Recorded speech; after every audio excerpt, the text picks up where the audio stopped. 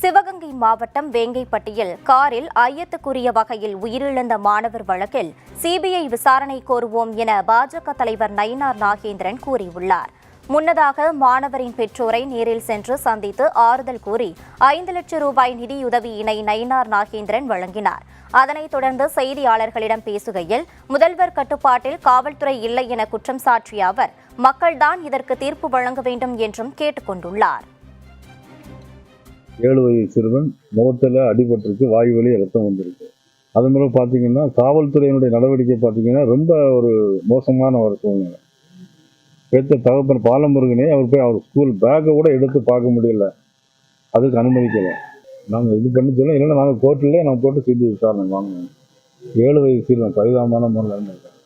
காவல்துறை முதலமைச்சருடைய அவருடைய கீழ் பணியாற்றக்கூடிய காவல்துறை அவருடைய கட்டுப்பாட்டில் இல்லை அப்படிங்கிறது தான் இன்னைக்கு நாடு கண்டுகிட்டக்கூடிய ஒரு முழு நிதர்சனமான உண்மை.